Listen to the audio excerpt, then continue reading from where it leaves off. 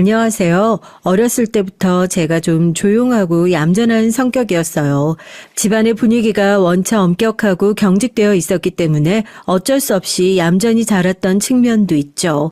그래서 제가 주체적으로 무언가를 생각하고 판단하기보단 통상적으로 이게 맞다고 여겨지는 길을 선택하고 어른들의 조언이나 충고를 따르고 이렇게 살아왔던 게 저의 과거였네요.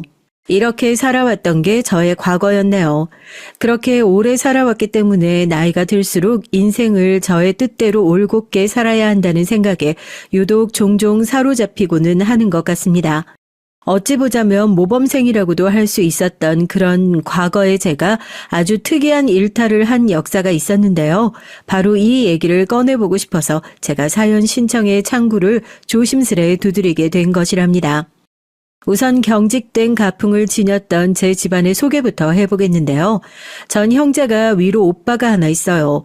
장남이랍시고 저보다 훨씬 더 많은 편의와 혜택을 자라면서 받아온 자식이었죠. 확실히 부모님 두 분 다 저보단 오빠에게 너그러우셨고요. 그리고 아버지는 특히나 남자는 그래도 된다는 말씀을 자주 하시던 분이었어요. 사내 놈들이 다 그렇지 뭘. 제멋대로 굴고 이상한 고집도 피우고 다 그러는 법이다. 그리고 원래 그렇게 자라야 나중에 겁없이 큰 일도 하고 큰 사람도 되는 거야. 아버지는 엄격하고 딱딱한 분이셨지만 오빠가 치는 자잘한 사고 앞에선 혼을 내시면서도 한편으로는 이해를 해주셨어요. 남자들은 자라면서 다 그러는 거라고 하셨습니다. 하지만 딸은 저에겐 집에서 발소리만 내면서 걸어도 사납게 눈을 흘기셨죠. 너는 여자아이가 조신하지 못하게 그게 뭐냐? 그래서 이 다음에 시집이나 잘 가겠어? 다리를 편하게 벌리고 앉는 건 집에서는 상상도 못해볼 일이었습니다. 걸핏하면 저에게 떨어지는 불호령이 몸가짐이 바르지 못하다는 것이었으니까요.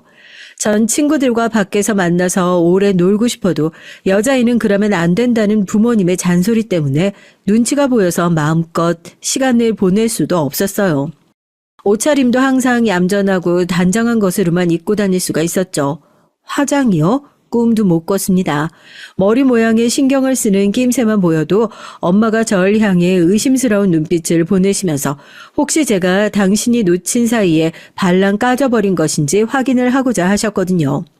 그런 분위기 속에서 전 공부를 열심히 하는 자식으로 자랐습니다.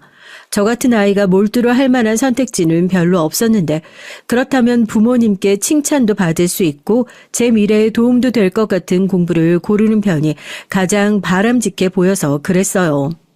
계속 공부에 집중을 하다 보니까 점점 더 욕심이라는 게 생겼고 자연스레 대학 진학을 목표로 삼게 되었습니다.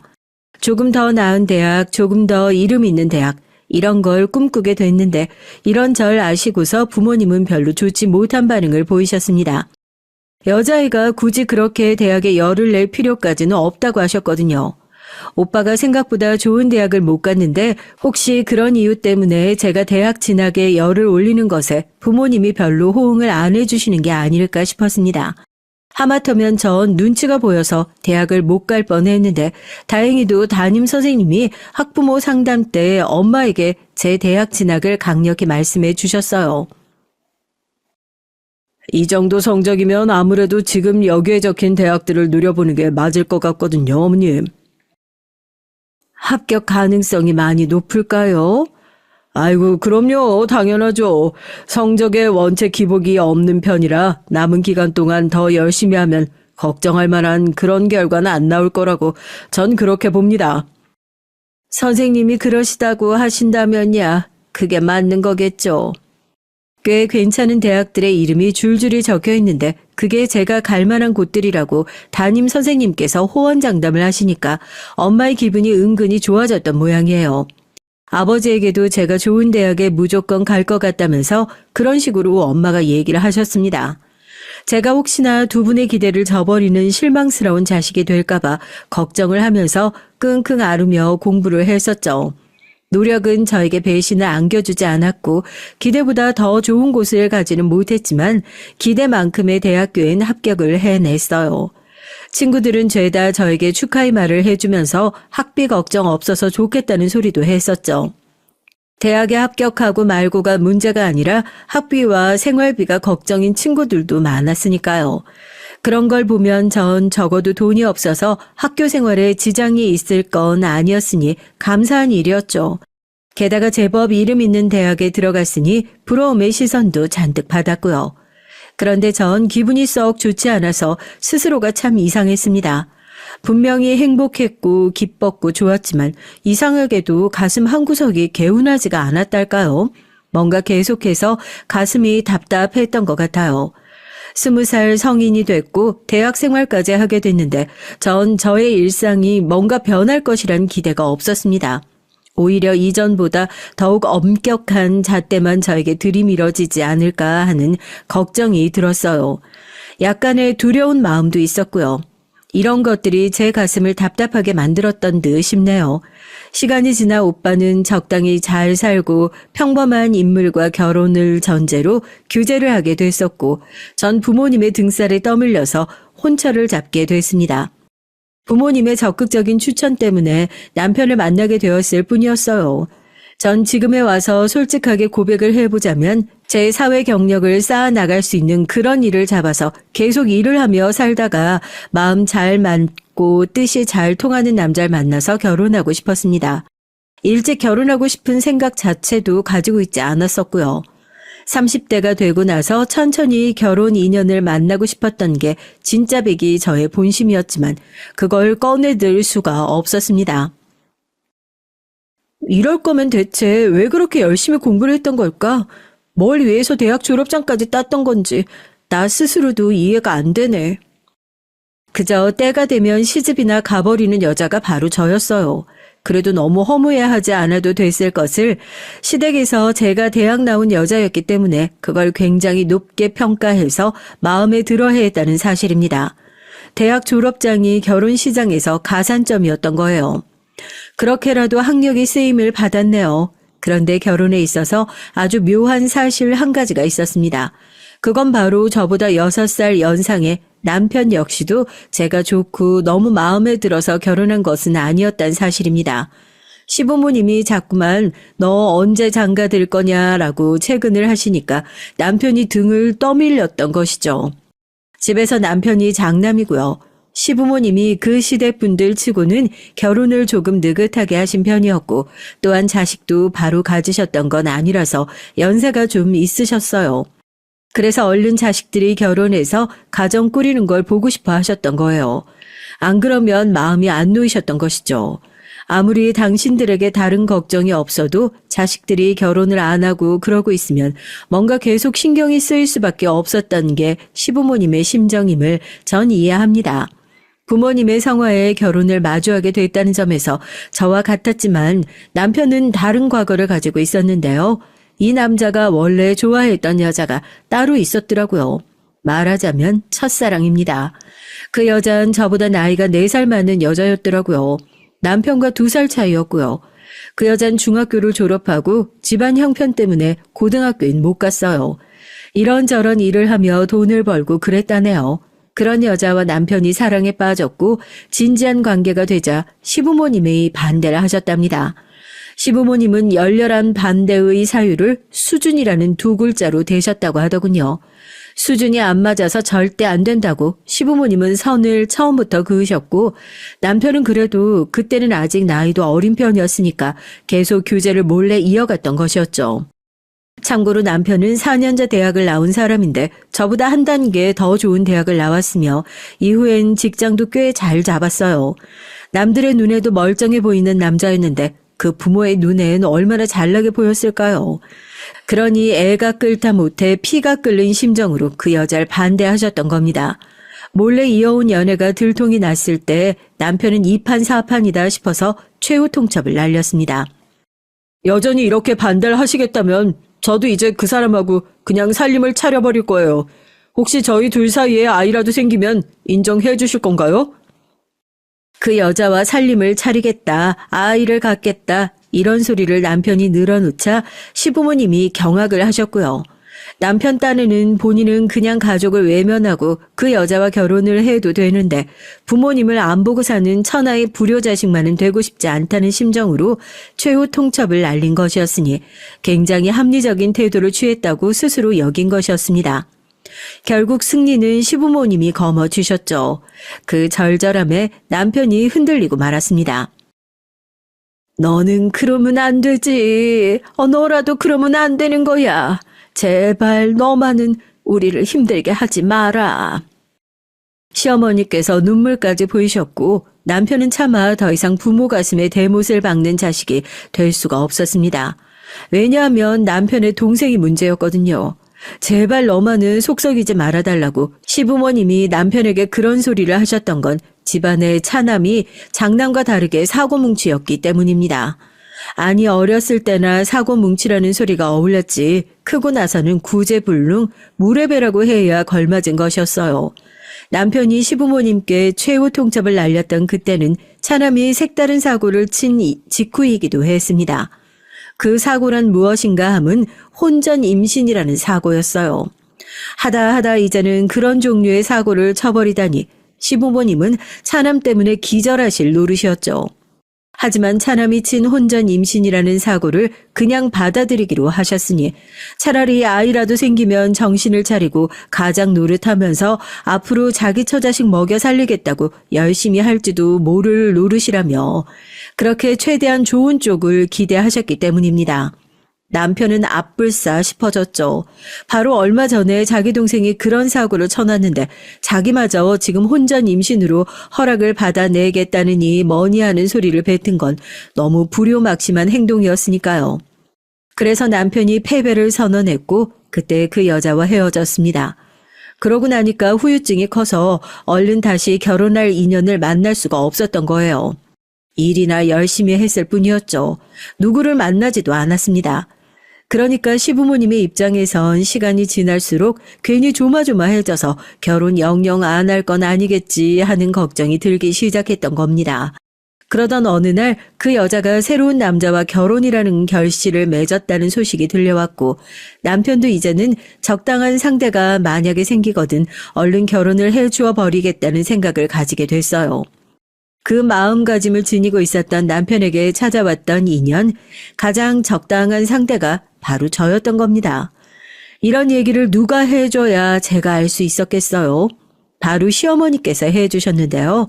그러시면서 저에게 혹시 남편이 무심하고 무뚝뚝하고 그렇다고 해도 봐달라고 하셨습니다. 오래 사랑한 여자하고 결혼 못해서 심통이 나서 그런 것일 테니 제가 그런 줄 알고 이해하고 살라고 그러셨어요. 항시 남자에게 사랑받으려 애쓰고 노력하는 참된 여자로 네가 그렇게 살면 되는 거다. 그러다 보면 언젠가는 그 노력이 빛을 보겠지. 원래 남자란 여자가 하기 나름이야. 지금 생각해보면 정말 비참한 소리였어요. 입맛이 유독 씁쓸했던 기억이 나네요. 하지만 전 평생 이런 식의 취급을 받는 게 익숙했기 때문에 그 씁쓸한 맛이 아주 새롭진 않았습니다.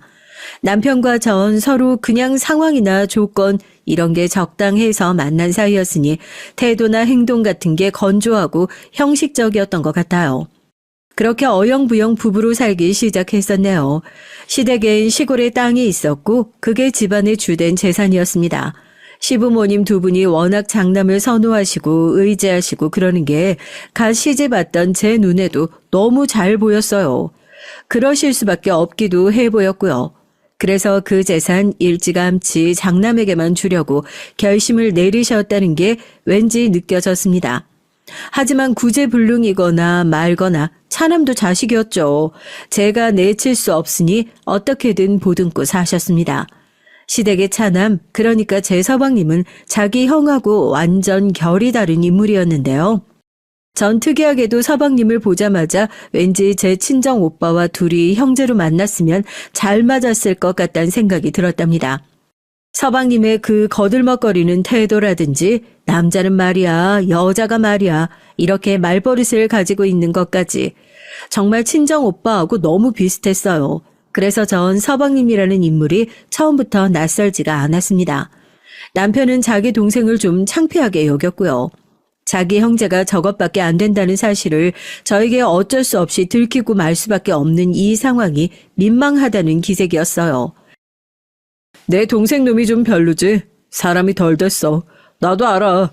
솔직히 말해서 형제지간 아니면 상종도 안 했을 거야. 남편이 뼈아픈 사실을 얘기하듯 한숨을 뱉으며 말했을 때 전 태연하게 대답을 해줬습니다. 별다른 생각은 안 들어요. 이런 사람 저런 사람 다 있는 법이니까요. 그리고 같은 배에서 난 한 핏줄 형제라고 해도 남처럼 다르고 전혀 안 맞을 수도 있는 법이더라고요. 제 친정 오빠와 저의 관계를 떠올리면 남편과 서방님의 관계도 이해 못할 것이 아니었죠. 그렇기에 그런 식으로 말이 나간 것뿐이었는데 그 순간에 왠지 남편이 절 의외라는 듯이 바라보았던 것 같습니다. 제 느낌으론 그때가 남편이 저에게 마음을 조금이라도 열게 된 첫 순간이었다고 할까요? 얼마 지나지 않아서 남편은 말을 바꿨어요. 형제만 아니면 상종 안 하고 살았다는 게 아니라 시부모님이 안 계셨다면 절대 상종 안 했을 거라며 서방님을 향해 진절머리를 쳤습니다. 한마디로 부모 때문에 어쩔 수 없이 형제의 끈을 붙잡고 있는 것이지 그게 아니라면 안 보고 살고 싶다는 뜻이었어요. 저도 서방님을 자주 보거나 그런 건 전혀 아니었지만 그래도 겪을수록 느꼈던 게 사람이 참 기본적으로 무례하다는 것이었습니다. 언제 한 번은 서방님이 저한테 이런 소리를 다 하더라고요. 형수님, 우리 형한테 첫사랑 있는 거 아세요?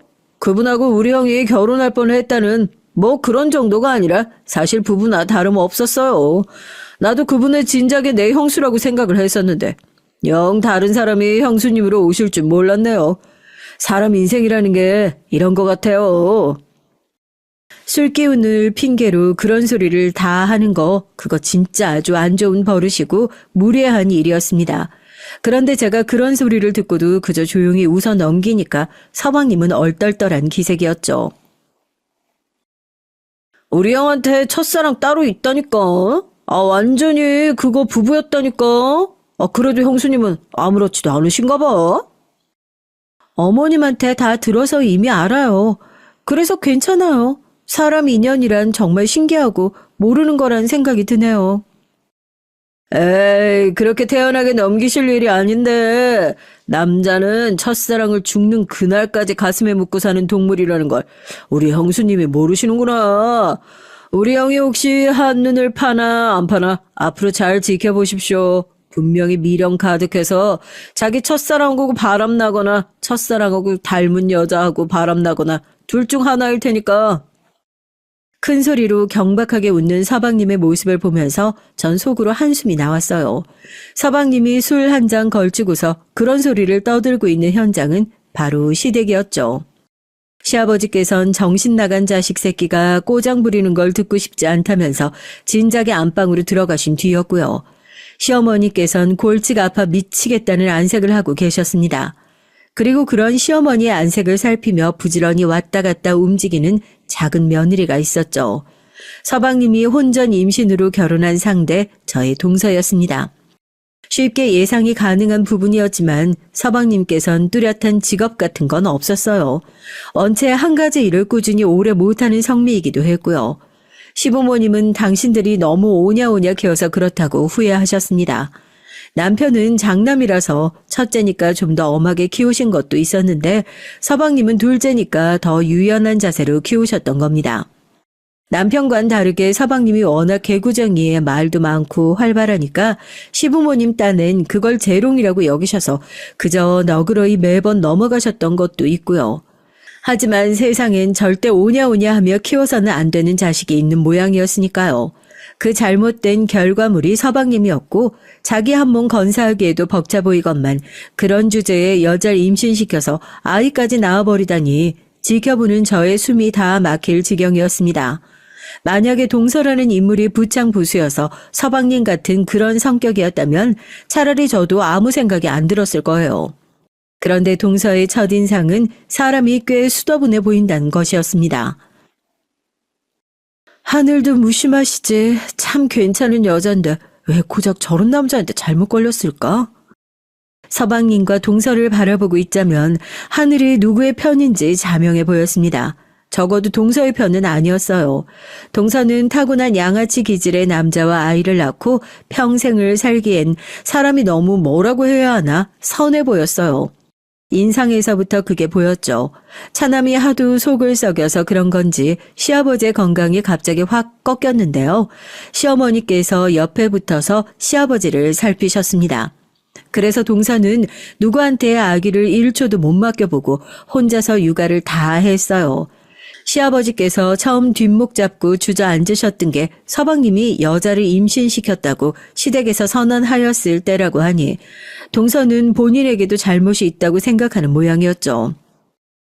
그러니까 제가 무슨 염치로 아버님 어머니께 아이를 맡아달라고 그러겠어요. 저 때문에 그렇게 되신 건데요. 제 남편은 바빠서 야근 중이었고 저 혼자 며느리의 도릇을 좀 해보려고 시댁에 가서 시부모님과 함께 저녁 식사를 하려던 날 서방님은 밥 좀 얻어먹자며 들이닥쳤고 동서는 멋쩍고 민망한 얼굴로 꾸벅 인사를 하며 뒤따라 들어왔었습니다. 시조카 아이는 동서를 닮았는지 순하고 조용했어요. 서방님이 술주정을 부리면 이런 소리 저런 소리를 시끄럽게 늘어놔도 잠에서 안 깨고 곤히 잘 자더라고요. 물론 엄마인 동서가 워낙 안간힘을 다해 잘 돌봐왔으니 아이도 그런 습관이 잘 든 모양이었지만요. 머리카락을 한데 모아서 질끈 묶은 머리 모양을 동서는 볼 때마다 하고 있었습니다. 화장기 하나 없는 얼굴은 그럼에도 순박한 인상을 바탕으로 맑게 빛나고 있었는데요. 그건 웃는 표정이 밝아서 그런 것이지 그 바탕은 피곤으로 찌들어 있다는 걸 가까이에서 몇 분 이상 지켜보며 잘 알 수가 있었습니다. 잠든 아이를 품에 안고서 서방님이 이제 그만 집에 가자고 하는 소리를 뱉을 때까지 동서는 기다리고 있었죠. 시어머니께서 한숨을 쉬시며 당신의 차남에게 언제 정신을 차릴 거냐고 아이 보기 부끄럽지도 않냐고 그런 소리를 모처럼 조용히 늘어놓기 시작하셨을 무렵에 전 걸음을 옮겨서 동서에게 다가갔던 겁니다. 잔소리의 현장에 제가 있었다간 서방님이 괜히 자격지심만 더 가지게 될 게 뻔했거든요.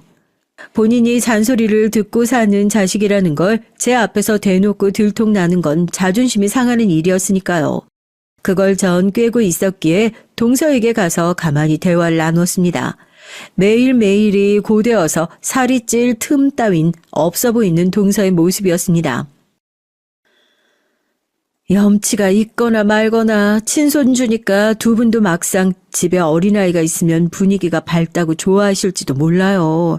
그냥 여기에 아이 맡겨놓고 가면 어머님이 알아서 봐주시지 않을까요? 동서가 너무 혼자서 그렇게 고생을 하네요. 왠지 마음이 좋지가 못해요. 말씀만으로도 감사해요, 형님. 누가 제 걱정을 해준다는 것만으로도 정 감동이고 힘이 나고 그러네요. 아이고, 이게 뭐라고 눈물을 글썽이고 그래요. 동서, 진짜로 뭐 많이 힘든 일이 더 있는 건 아니죠? 네, 그냥 하루하루가 맨날 똑같죠. 내가 웬만하면 아이를 봐줄까 싶은데 그러지 못해서 미안하네요. 아니에요, 형님. 집끼리 거리도 꽤 있잖아요. 그리고 아주버님이 절대 그걸 두고 보실 분이 아니라는 것도 잘 알고.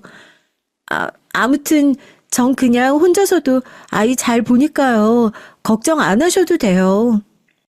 동서가 그 특유의 사람 좋은 미소를 지어 보였지만 제 마음은 편하지가 못했습니다. 몰랐던 사실을 알게 돼서 그랬어요. 동서가 아르바이트 같은 일을 2개나 다니고 있었는데 한 개는 점심시간에만 3시간 정도 근무를 하는 것이라서 이웃집에 사정을 해서 아이를 맡기고 일을 나가거나 그것도 안 되면 그냥 어쩔 수 없이 아이를 재우고 억지로 떨어지지 않는 걸음을 옮겨야만 했습니다. 그렇게 점심 낮잠을 재우려고 그렇게 만들기 위해서 동서가 엄청 애를 썼었고요. 그리고 다른 일 1개는 6시간 정도 일을 하는 곳인데 아이를 아예 데리고 출근을 했어요. 일터 안쪽에 쪽방에 아이를 두고서 일을 했습니다. 서방님 때문이었죠. 첫째로는 서방님이 돈을 날려먹는데 타고난 재능이 있었고요. 둘째로는 어린 자식이 있는 상황에서 자기 아내한테 돈 벌어오라고 징그럽게 닥달을 해대는 최저의 인간이 서방님이었기 때문입니다. 100번 양보해서 그렇다면 서방님 본인이 아이를 돌보기라도 해야 하는 거 아닌가요? 그런데 그마저도 안 돼서 동서가 아이를 들쳐업고 일을 다녀야만 했어요. 제가 그 사실을 원래는 몰랐다가 서방님은 언제부터인가 일을 다닌다는 얘기도 전혀 없고 남편은 자기 동생한테 10원도 안 주는 사람인데 그렇다면 시댁에서 그쪽으로 돈이 계속 나가고 있다는 건가 싶었고 이 점이 궁금해졌다가 내막을 알게 됐습니다. 동서가 피와 땀을 흘려가며 살고 있다는 것이었죠. 그걸 알고서 크게 충격을 받았는데 서방님이 시댁에 올 때마다 혼자서는 잘 안 오고 꼭 동서를 끼고 온다는 것도 이제는 안 좋게 보이더라고요. 피곤해 죽겠는 사람을 왜 자꾸 끌고 오는 겁니까? 아이를 집에 혼자 둘 수 없으니 그럼 아이까지 같이 와야 하고 그 아이는 전적으로 동서가 돌봐야 하는 책임이었죠. 누군가 자기를 걱정해 준 것만으로도 너무 좋다면서 저에게 웃어 보인 동서가 안쓰러웠습니다. 시어머니의 잔소리를 듣기 싫다면서 짜증 가득한 음성으로 서방님이 이만 집에 가자고 외쳤고 동선 그 마른 몸으로 잠든 아이를 익숙하게 등에 업고 걸음을 옮겼죠.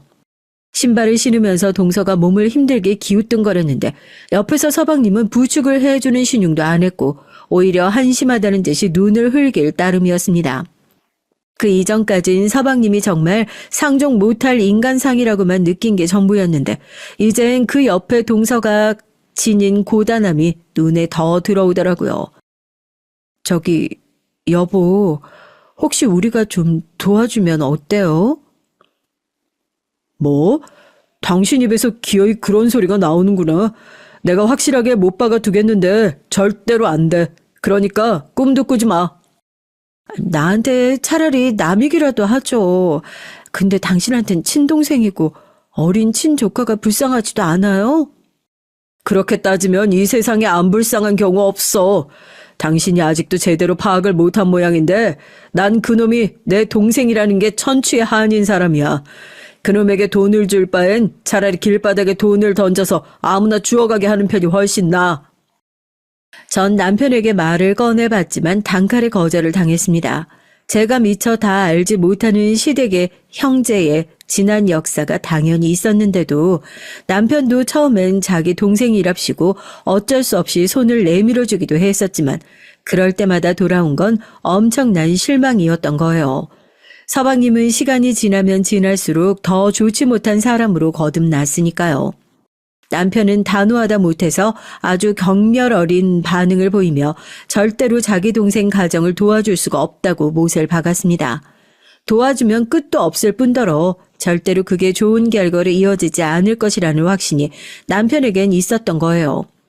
제가 남편과 부부로서 대단히 신의가 깊다거나 서로를 잘 알고 편하고 그런 사이였다면 뭐라도 말을 더 얹어볼 수 있었을 텐데요. 그렇지 못하다 보니까 제 역할은 딱 거기까지였어요. 제가 다가갈 수 있는 영역, 그어진 선, 그게 딱 거기까지였고 전 그 이상을 넘보는 건 쓸데없는 참견인 것만 같아서 멈췄습니다. 그러던 어느 날 결국 사달이 하나 나버렸어요. 남편까지 포함해서 시댁에 다 모였던 날이었는데요. 그 자리에서 서방님이 황당한 소리를 했던 거예요. 형수님, 요새 우리 형이 얼굴빛이 왠지 좋아 보이잖아요? 아, 그런가요? 전 맨날 보니까 변화 잘 모르나 봐요. 그게 다 이유가 있습니다. 네? 무슨 이유요? 여자하고 좋은 시간 보내느라 그런 거죠. 몸이 개운하니까 얼굴에서도 표가 나는 거예요. 형수님, 제가 저번에 말씀드렸던가요? 벌써 한참 된 일이지만 제가 말입니다. 우리 형이 자기 첫사랑하고 둘이서 아주 뜨거운 시간을 보내고 있을 때 문을 잘못 열고 들어간 적이 있었거든요. 서방님이 신나서 떠들면 떠들수록 나머지 사람들의 표정이 가라앉았습니다.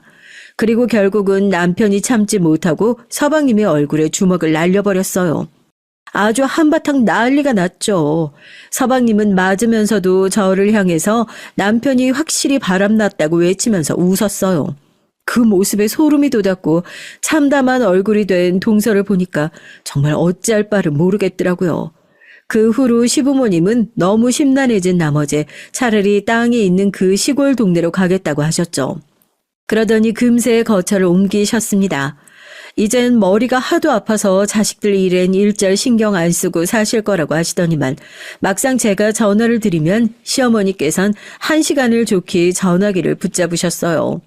화가 단단히 난 남편이 앞으로는 명절에도 서방님을 안 볼 거라고 선언했는데 이걸 어쩌면 좋냐며 시어머니께 여쭙자 당신도 모르겠다고 하셨어요. 명절 같은 때에 시댁에서 마주치면 어쩌나 싶었는데 그건 기우였습니다. 서방님이 시댁에 불쑥 나타나서 깽판을 치실 거라고 예상했었는데 그게 아니라 다른 곳에서 깽판을 치고 다니느라 여념이 없더라고요. 노름판이 웬 말입니까? 돈도 없으면서 그런 것에 잘도 빠졌더라고요. 돈은 동서가 벌었죠. 환장할 노릇이었습니다. 남편은 재차 저에게 만약에라도 금전적으로 도와줄 거면 그 생각 접으라고 그랬죠. 도와주면 가만 안 두겠다고요. 전 그 정도로 오지랖은 부릴 생각이 없다고 답하며 알겠다고 약속했습니다. 그러나 시댁에서 동서를 마주치게 됐는데 얼굴이 멍이 들었다가 거의 다 빠진 그런 모습이었어요. 거기까진 긴가민가 했는데 설거지를 할 때요. 동서가 팔을 걷는 걸 보니까 맨살에 멍자국이 있었어요. 동서, 혹시 맞았어요? 네? 아니 그게 술주정 부리는 걸 말리다가 이렇게 됐어요. 별거 아니에요. 동서는 웃으면서 괜찮다고 했지만 제 심장은 철렁 내려앉고 난 뒤였습니다. 시어머니께 말씀을 드리니까 당사자가 별거 아니라고 하는데 왜 이를 키우냐며 저를 나무라셨고요. 착하고 참한 며느리보단 못돼 처먹은 아들의 편에 계신다는 걸 그때 확인할 수 있었습니다. 잔인할 정도로 팔은 안으로 굽는 법이었어요. 심란하던 전 몇 주가 흘렀을 때 제가 처음으로 먼저 동서한테 연락을 해서 따로 커피나 마시자고 했습니다. 동서가 옷을 잘 싸매 입고 나왔는데 이번엔 한쪽 다리를 약간 절더군요. 그래서 들켰어요. 허벅지를 3개 걷어차여서 그게 욱신거리는 나머지 편하게 걷지도 못하고 있었습니다. 동서, 그냥 이혼해요. 왜 그렇게 미련하게 있어요? 저도 알아요. 미련한 거. 하지만 아이가 있으니까 쉽지가 않네요. 없는 이만 못한 아빠라면 없는 게 낫다는 것도 알지만 그래도 제가 어떻게 아이를 데리고 무사히 이혼할 수가 있겠어요. 그쪽에선 안 해준다고 하면 끝인걸요. 막무가내로 도망갈 용기는 차마 없고요. 말이 나온 김에 뭐 좀 물어봐도 돼요? 친정이 없다는 것 정도만 얼핏 들었는데 어떻게 된 거예요? 정말 아무도 없어요? 질문을 하는 동안 저 스스로 이런 생각이 들었습니다. 동서의 일에 오지랖을 부리는 것은 같은 여자로서 차마 이 상황을 두고만 볼 수 없다는 생각 때문이기도 하지만 태어나서 처음으로 누군가의 인생에 도움이 될 수 있다면 좋겠다는 마음이 있기 때문이라고요. 그리고 휘둘리며 답답하게 살아온 제 지난 날이 동서의 무력한 모습과 어느 정도 겹쳐 보이고 있었습니다. 이런 걸 대리 만족이라고 불러도 될지 모르겠지만 그냥 도와주고 싶었어요. 저에게 이런 면이 있다는 게 저 스스로도 새롭고 낯설었고 신기했네요. 동서가 자기 가족 얘기를 해줬는데 그건 예상 외의 것이라 아주 놀라웠습니다. 동서의 양치는 주변의 반대 속에서 결혼하신 분들이었대요. 부친은 부잣집 아들이었지만 모친은 찢어지게 가난했거든요. 사랑의 도피를 해서 결혼을 했고 동서가 태어났지만 그 결혼을 부친은 후회했습니다. 사랑만으로도 안 되는 게 있었던 것이죠. 그런 와중에 다른 여자와 눈까지 맞아서 바람이 났던 거예요. 결국 모친은 거액의 돈을 받는 대가로 조용히 이혼을 했습니다. 모친과 동서는 이제 그 부친의 인생에서 도려내진 것이었어요. 그 돈으로 잘 살았다면 좋았겠지만 모친은 방탕한 생활을 시작했고 동서는 방치된 채 자라났습니다. 돈도 모친이 다 날려먹었고요. 그러다가 아예 다른 남자와 재혼을 하게 됐는데 그 과정에서 동서는 버려졌고요. 동선 망망대해를 표류하는 배처럼 그렇게 외로이 흘러가며 살다가 서방님을 만나서 누구에게라도 온정을 느끼고 싶었던 거예요. 너무나 외로웠기 때문에 서방님이 상종 못할 인간이라도 다 참고 사라졌다고 그랬습니다. 하지만 아이가 태어나고 점점 자라는 걸 보면서 아이를 위해선 더 이상 이렇게 살아서는 안 되겠다는 생각이 자꾸만 들어서 괴롭다고 했고요. 이제 동서의 인생에서 서방님과 아이는 비교 대상도 아니었습니다. 아이가 동서의 인생에서 전부나 다름없었죠. 내가 이혼 전문 변호사를 알아볼게요. 전문가의 도움을 받아서 그렇게 한번 해보도록 해요. 네? 그치만 형님, 변호사는 돈이 필요하잖아요. 동서의 놀란 얼굴에 대고 저는 그저 씩 웃어줬습니다. 동서가 점점 눈물이 차오르는 얼굴로 계속 손을 내저었어요. 괜찮다고, 안 그러셔도 된다고요. 자꾸만 그러더라고요. 저도 이혼이니 변호사니 그런 거 아무것도 몰랐던 때였습니다.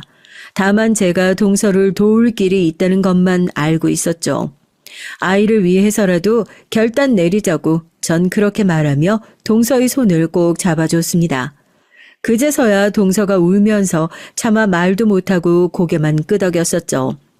그때 잡은 동서의 손이 죄에 부르터 있었어요.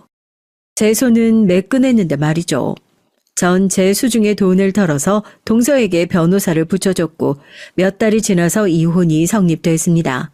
아이에 대한 책임 그 어떤 돈도 요구하지 않겠다고 동서가 그렇게 나와줬기 때문에 서방님이 갑자기 자유라는 두 글자에 솔깃해서 그나마 더 안 끌고 이혼이 마무리됐더라고요. 변호사의 작전이 아주 노련했던 것이죠. 그리고 전 계속 고민만 하고 있던 부분을 더 끌어안고 있지 않기로 결정했습니다. 이혼을 하고 나도 동서는 빈털털이었잖아요.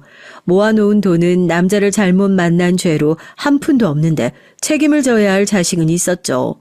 부모 같지도 않은 그런 것들만 가족으로 둔 동선 따로 기댈 곳도 손을 벌릴 곳 하나도 없었습니다. 그래서 전 진작에 동서에게 자립금이라는 명목으로 돈을 좀 줄 생각이었는데요. 사람이 참 간사한 게 금액을 두고 자꾸만 이런저런 고민을 하게 되더라고요. 그런데 어느 순간에 그 고민을 딱 끝냈습니다. 제가 융통할 수 있는 모든 돈, 그 한계치, 그리고 멋지게 숫자까지 딱 맞아떨어지면 좋겠다 싶어서 1억을 동서에게 건네줬어요. 지금으로도 1억이 엄청난 거액이죠. 그 당시엔 더했습니다. 그러니 동서가 기절을 하려고 했어요. 저한테 이런 돈이 생긴 걸 애아빠가 알면 전 끝이에요. 동서, 이제 이혼했잖아요. 며칠 안 됐는데 벌써 까먹었어요? 동서는 이제 그 사람한테 얽매일 필요가 없어요. 그리고 당장 멀리 거처를 옮긴다고 했잖아요. 나도 그 아무도 모르는 곳으로 그렇게 떠나서 새 출발하겠다고 했는데 왜 벌써 돈을 뺏길 생각부터 해요. 이제 동서가 아이하고 인생을 새롭게 살아나갈 원동력이니까요.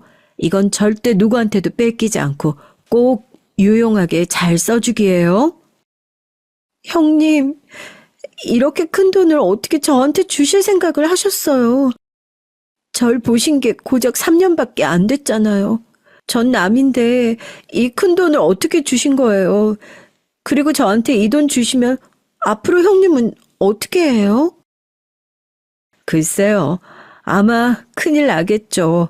내 남편에게도 내 친정에게도 비밀로 하고서 슬쩍 돈을 마련한 거거든요. 형님, 안 돼요. 역시 전 이 돈 받을 수가 없어요. 그치만 나는요. 큰일은 나도 그게 내 인생을 흔들진 않아요. 잠깐 치고 나서 사라지는 파도 같은 거죠. 하지만 동선, 이 정도 돈이 있어야 원하는 파도를 한 번이라도 만들어낼 수 있잖아요. 내가 이전엔 그런 걸 전혀 몰랐거든요. 난 솔직하게 말해서 우물한 개구리보다도 못했어요. 그 정도로 무지했다는 뜻도 있지만 내가 뭘 나서서 과감하게 하나라도 해보고 바꿔보고 그럴 용기조차 못 내고 살았다는 뜻이에요. 내가 1억이라는 거액을 동서한테 왜 주냐면요. 내가 앞으로 인생을 한번 과감하게 의미 있게 살아보겠다는 선언이기도 해요. 그러니까 그냥 받아줄래요? 살면서 이런 행운 정도는 찾아와야 동서도 인생을 살아볼 맛이 나지 않겠어요? 동서가 두 선우의 얼굴을 묶고서 한참을 울었습니다. 서럽게 울었는데 이상하게 전 눈물이 안 났어요. 속이 개운하고 후련해서 그랬나 봐요. 말은 거창하게 뱉었지만 사실 반절 이상은 충동이라는 이유 때문에 그렇게 행동한 것이었죠. 충동적으로 동서를 그렇게 도와주고 말았던 겁니다. 하지만 후회가 들지 않는 걸 보니 잘했다는 생각이 들더군요. 눈물로 범벅이 되어서 저에게 감사 인사를 남기고 동서는 아이를 데리고 새 인생의 여정 그 길을 떠났습니다. 제가 큰 돈을 빼갔다는 걸 얼마 안 지나서 남편은 당연히 바로 눈치를 챘죠. 그래서 전 친정 핑계를 댔어요. 갑자기 목돈이 친정에서 필요하다 그러길래 드렸다고요. 채근하지 말고 기다려줬으면 좋겠다고요.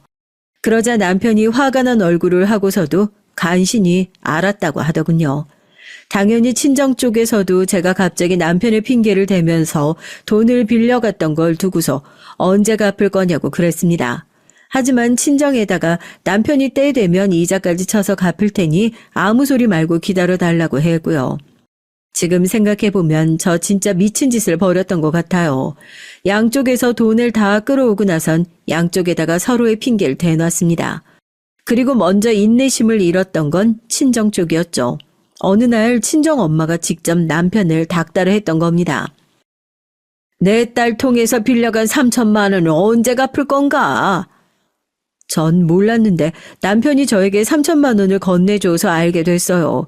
지난달에 친정 엄마가 전화로 닥달을 해댔고 그래서 이번 달 안에 갚기로 했다고 그러더군요. 이자까지 쳐준다고 당신이 그런 소리까지 했었다면서? 난 이자는 못 내주겠으니까 그건 당신이 부담해. 당황해서 어찌할 바를 모르고 있던 저에게 남편이 그런 말을 덧붙였습니다. 왜 묻지 않는지 그게 궁금했어요. 하지만 동시에 전 이미 답을 알고 있었습니다. 당신 이미 다 알고 있었던 거예요? 내가 바본 줄 알아? 퉁명스레 답하고서 한숨을 쉬는 남편을 보는데 눈물이 핑 돌더군요. 아, 그제야 제가 이 남자의 아내이며 저희 두 사람이 진정 부부라는 실감이 났습니다. 고맙다는 말, 미안하다는 말, 그런 건 필요가 없었어요. 살아가면서 행동으로 보여주면 되는 법이라는 걸 이제 전 자연스레 알고 있었습니다. 남편이 어떤 사람인지 알았으니 이제 저도 그에 맞게 살 필요가 있었죠. 이전보다 더 시부모님께 잘하는 며느리가 됐어요.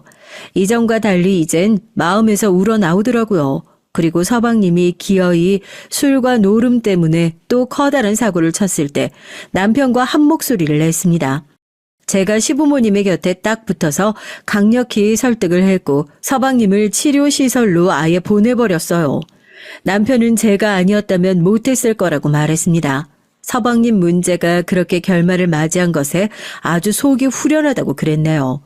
커다란 난제를 해결해서 그런 것인지 저희 부부에겐 그제서야 비로소 아이가 찾아왔답니다. 남편하고 눈이 똑같이 생긴 아들이 태어났죠. 손자의 탄생에 시부모님도 얼마나 흐뭇해하셨는지 모릅니다. 안타깝게도 시아버지께선 건강이 악화되면서 치매가 갑자기 오는 바람에 시어머니께서 돌보시는 게 한계가 있어서 시댁과 멀지 않은 요양시설에 모시게 됐고요. 시어머니 혼자 남으셔서 동네의 지인분들과 사부작사부작 움직이며 그렇게 조용한 일상을 보내게 되셨습니다. 이따금씩 시어머니께는 동서의 얘기를 하셨고요. 사실 서방님이 동서를 시댁 문 앞에서 얼굴을 세게 때리는 걸 시어머니께서는 과거에 보셨다고 했어요. 그래서 동서가 코피를 줄줄 터뜨리는 것도 보셨으나 그럼에도 문제 많은 서방님의 편만 어쩔 수 없이 들어오셨는데 지나고 보니 그게 참 후회가 된다고 하셨죠. 지나간 일들은 돌이킬 수 없는 법이라는 생각을 하며 저도 가끔 동서를 떠올렸습니다. 어디서든 돈 뜯기는 일 없이 건강하게 살고 있기만을 바랐네요. 그렇게 흐른 세월이었고 동서는 그리운 이름이 되어 있었습니다. 살면서 언젠가 다시 볼 것 같다는 예감은 있었지만 이렇게 예고 없이 보게 될 줄은 몰랐던 바였어요. 어느 날 그냥 볼 일이 있어서 외출을 했다가 귀가를 하던 길이었는데요. 집 근처에 다다르자 웬 못 보던 까만 차들이 많이 서 있는 겁니다. 그래서 순간 무슨 드라마 촬영이라도 왔나 싶었죠. 비싼 차들이었으니까요. 갸욱갸욱하면서 계속 걸음을 이어갔는데 그때 어느 한 차의 뒷문이 열리더니 누군가 내렸어요. 세련된 단발머리에 회사하고 말끔한 인상, 기품이 넘치는 정장 차림에 정갈한 구두까지 저도 모르게 그 여자분을 연예인 바라보듯 그냥 훑어보고 말았죠. 그래서 그 여자분이 저를 불렀을 때 놀라서 비명을 질렀습니다. 형님, 저예요. 그동안 잘 지내셨어요? 그 순간 가방까지 떨어뜨리고 말았습니다. 세상에 동서였어요. 목소리가 단박에 동서였고 이제 보니까 그 얼굴 웃는 표정 다 그대로였습니다. 동서, 이게 얼마만이에요? 아니, 그보다 어떻게 된 일이에요? 어떻게 된 일이기는요. 보면 모르시겠어요? 형님 덕분에 인생 역전했어요. 이제라도 형님한테 은혜 갚으러 오려고 멋지게 과시 좀 하려고 이런 모습으로 와봤는데 저 어때요? 옛날보단 많이 볼만해졌죠? 속에서 울컥 감정이 올라오더라고요. 누가 먼저랄 것도 없이 서로를 부둥켜 안았습니다. 10년 전 마지막으로 봤던 그때의 동서 모습이 선명하게 떠올랐고 그 시절에 제가 어떠했는가 이런 부분들까지 갑자기 머릿속으로 확 떠밀려 오면서 한순간에 추억 속으로 잠겨들었어요. 그러니 이렇게 다시 마주하게 된 게 감동이고 기적이었죠. 눈물을 훔치면서 다시 바라본 동서의 모습이 정말 믿을 수 없을 정도로 멋져서 이번엔 웃음이 났습니다. 아주 길고 엄청난 얘기를 듣게 될 것 같은데요? 네, 맞게 보셨어요. 형님한테 해드릴 얘기가 정말 많이 있네요.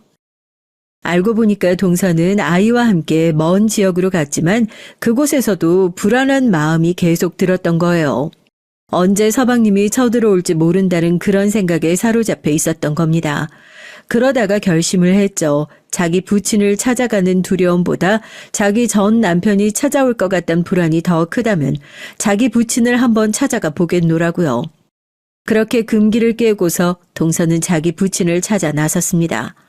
동서의 부친은 놀랍게도 원래 미국에서 계속 일을 하며 지내고 계셨다가 딱 마침 그 무렵에만 한국에 체류하고 계셨던 거예요. 체류 기간이 끝나면 미국으로 건너가실 작정이었고요. 또한 부친은 재혼을 해서 자식을 또 보셨지만 그 자식이 불의의 사고로 사망한 뒤였어요. 자식이라곤 동서뿐이었죠. 가슴에 묻어두고 살았던 자식의 등장, 게다가 손주까지 함께라니 그 부친의 마음이 대번에 흔들렸습니다. 모친에게 방치와 버림을 받고 어렵게 살아온 동서의 지난 날을 알게 되신 그 부친은 진심으로 사죄를 하셨고 자신과 함께 미국으로 건너가자는 권유를 하셨던 거예요. 동서는 아예 외국으로 나가버리면 가슴속의 불안이 다 해소될 것이라는 생각이 들어서 그 권유를 받아들였습니다.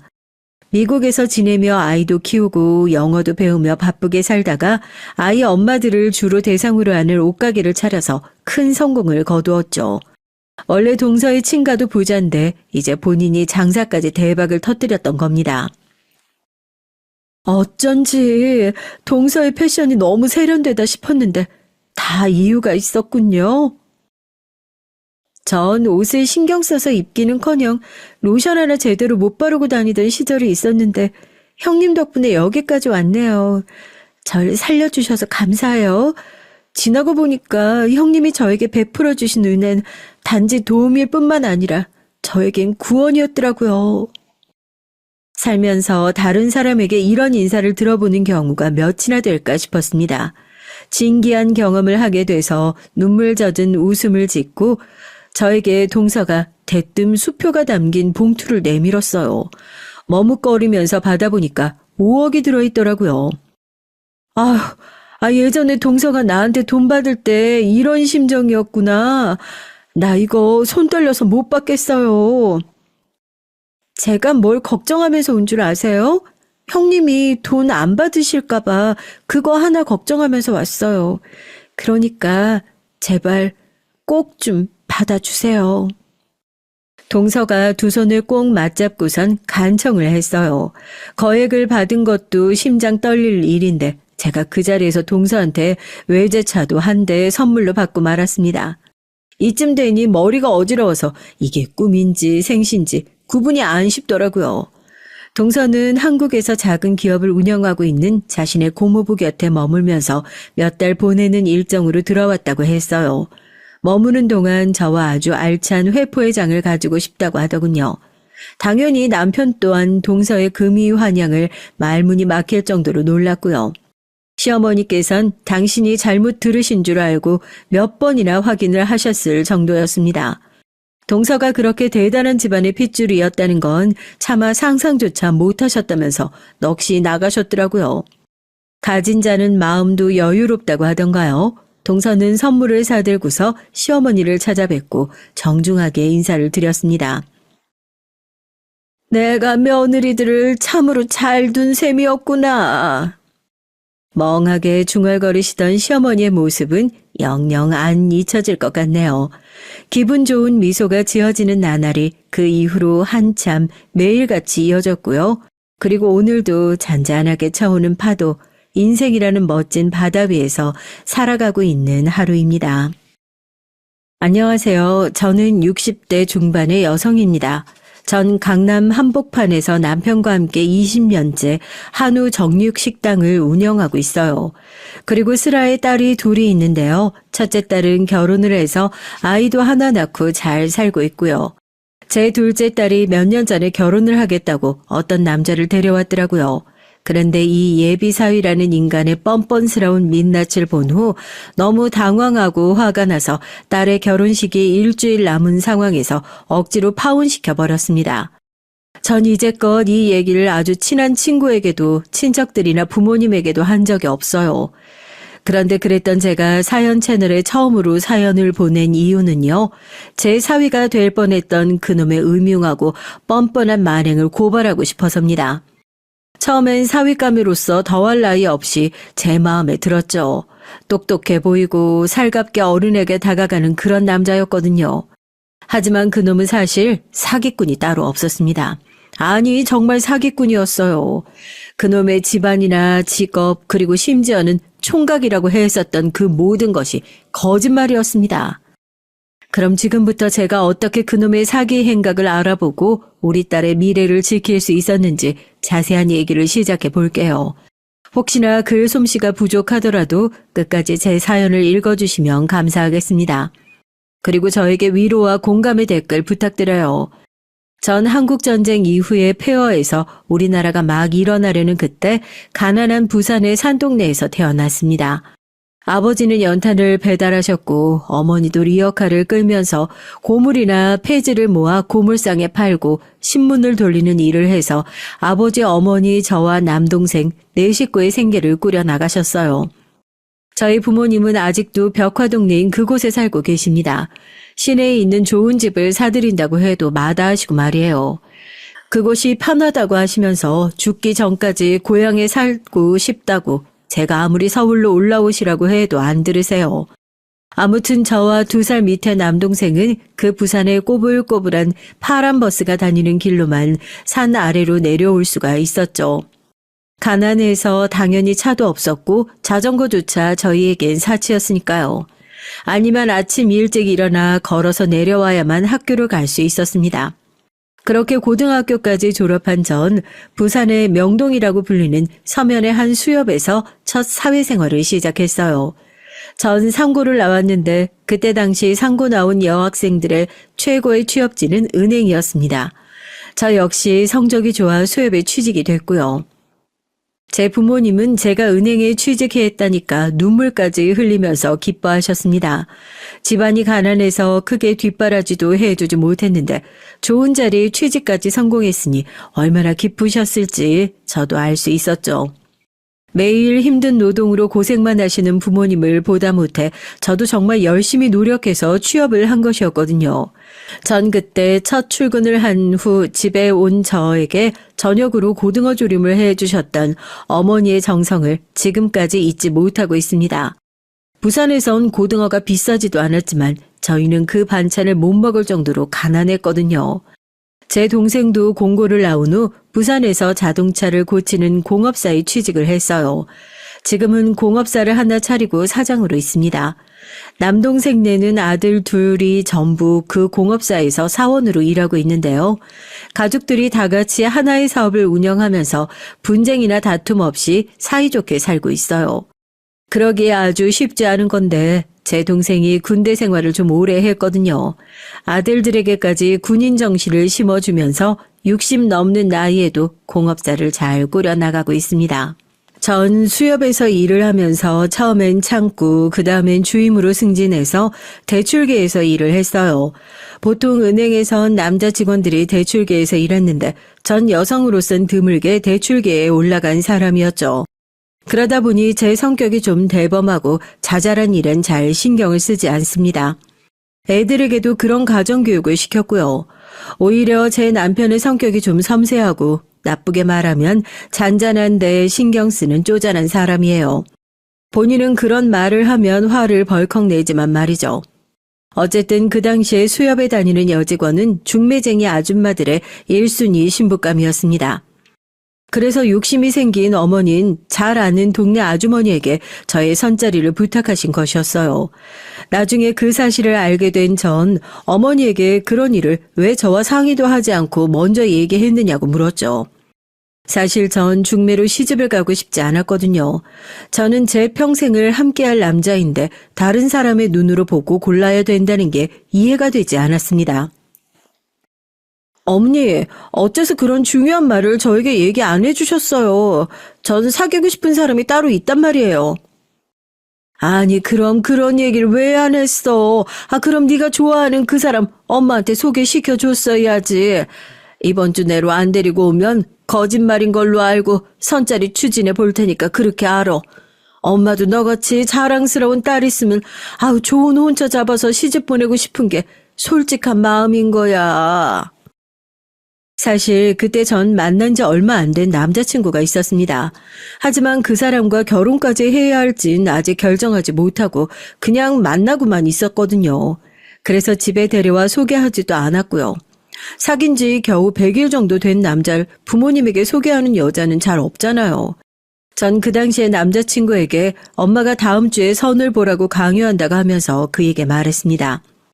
전 사귀고 있지만 선은 그냥 한번 보는 것이고 한두 시간 만나고 나면 끝일 거라고 생각했어요. 그래서 쉽게 남자친구에게 저 선 보겠다고 털어놨습니다. 그런데 그 사람은 펄쩍 뛰면서 반대를 하더라고요.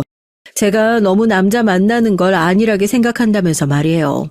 사실은 그때 사귀고 있던 남자가 제 남편인데요. 남편은 화를 내면서 절대로 선은 보지 말라고 자기가 그냥 어머니께 인사를 드리겠다고 했습니다. 그리고 이틀 후 바로 남편은 우리 집에 인사를 드리러 와서 우리 부모님께 점수를 아주 많이 따고 돌아갔어요. 아니 경희야, 왜 이런 멋있는 남자를 사귄다고 말을 못했어. 내 다음 주에 있을 선은 파토 낸다고 아줌마에게 전화할게. 어디로 봐도 멋있는 남자구나. 잘했네. 잘했어. 그래, 군대는 어디로 갔다 왔다고? 응? 해병대? 아이고, 그런 남자답겠네. 남자 하나는 잘 골랐네, 우리 딸이. 그래, 그럼 상견례 날짜 한번 잡아봐. 그 이후 남편의 불도저 같은 추진력으로 결혼 준비며 양가 상견례도 일사천리로 진행이 됐습니다. 남편은 부산 시내에서 유명한 횟집 아들이었고 우리 은행의 VIP 고객이었어요. 그 말을 듣자 제 친정엄만 진작 그 얘기를 안 했다면서 저에게 나중에 두고두고 잔소리를 하셨어요.